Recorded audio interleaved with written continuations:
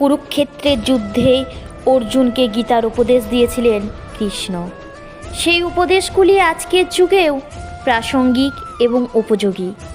শ্রীমদ্ ভগবদ্গীতার কিছু জ্ঞান যদি ব্যক্তি নিজের জীবনে আত্মসাৎ করে নিতে পারে, তাহলে ব্যক্তির সমস্ত কষ্ট থেকে মুক্তির পথ খুঁজে পাবে। এর ফলে অবসাদমুক্ত জীবনযাপন করতে পারবে ব্যক্তি। এখানে এমন 10টি উপদেশ সম্পর্কে আজকে আমি আমার এই ভিডিওর মাধ্যমে জানাবো, যেগুলো প্রত্যেক ব্যক্তিকে নিজের জীবনে মেনে চলা উচিত।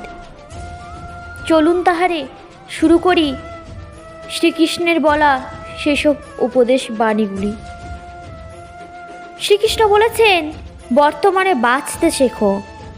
অতীতে এবং ভবিষ্যতে কি হবে সেসব চিন্তা না করাই উচিত, কারণ যা হওয়ার তাই হবে। যা হয় ভালোর জন্যই হয়।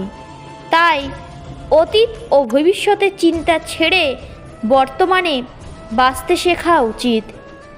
তিনি বলেছেন, আত্মভাবে থাকাই মুক্তি। নাম, পদ, প্রতিষ্ঠা, ধর্ম, স্ত্রী বা পুরুষ আমরা নই। এই শরীরও আমাদের নয়। অগ্নি, জল, বায়ু, পৃথিবী, আকাশ দিয়ে এই শরীর নির্মিত। অবশেষে এই পঞ্চভূতেই বিলীন হবে, কিন্তু আত্মা স্থির। আমরা আত্মা। আত্মা কখনো মরে না। আত্মার জন্ম বা মৃত্যু হয় না। আত্মভাবে থাকাই মুক্তি। তিনি বলেছেন, সমস্ত কিছুই পরিবর্তনশীল। পরিবর্তন সংসারের নিয়ম। এখানে সমস্ত কিছু পরিবর্তনশীল।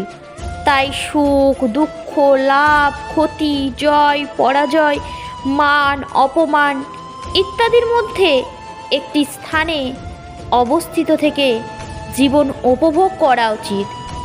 তিনি বলেছেন, রাগ শত্রুর সমান। নিজের রাগ নিয়ন্ত্রণে রাখুন।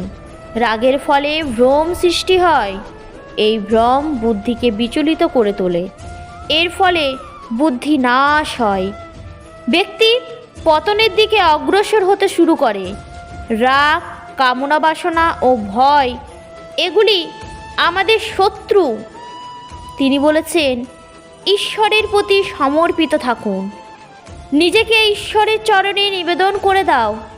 ঈশ্বর আমাদের রক্ষা করবেন এবং আমরা দুঃখ, ভয়, চিন্তা, শোক ও বন্ধন থেকে মুক্ত হতে পারব।